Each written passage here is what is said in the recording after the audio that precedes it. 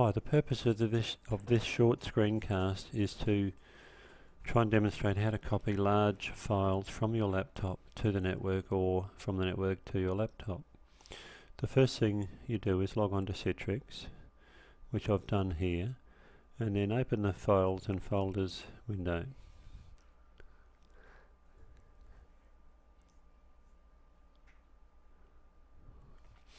That's just a single click in Citrix. So here's my home folder. How do I know that? Because it says h:\/ up here. So we've successfully got our school network showing, and I'm sitting anywhere in the world that I can get on the internet, and I can open this school folder. I'll open it one more time, just a single click, and what I want to do is type v:, which is a key near the L key, \, and then I can go to this. Now that says up here client, which is my laptop. Because I'm working on a Windows XP machine, my things I need are in here, and there's my desktop. Now the file I saved earlier is my evaluation podcast. If I hold the mouse above that, it tells me that that file is only about 946 kilobyte or 1 gigabyte size, and that was about a minute.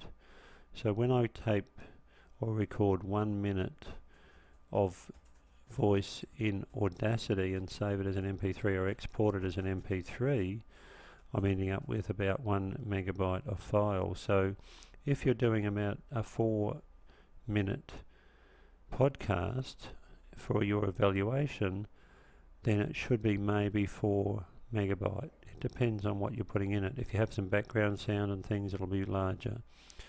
The idea is that Google, that we use for our school email, it can handle a 10 megabyte file for an attachment to your email. So you can do an email to your teacher and attach a file that's up to 10 megabyte in size. Over that, Google doesn't really like to do it.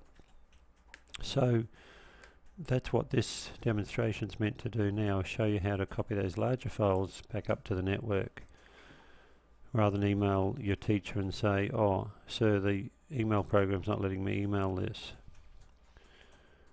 So I want to copy that from that window, which is my laptop, because it says up here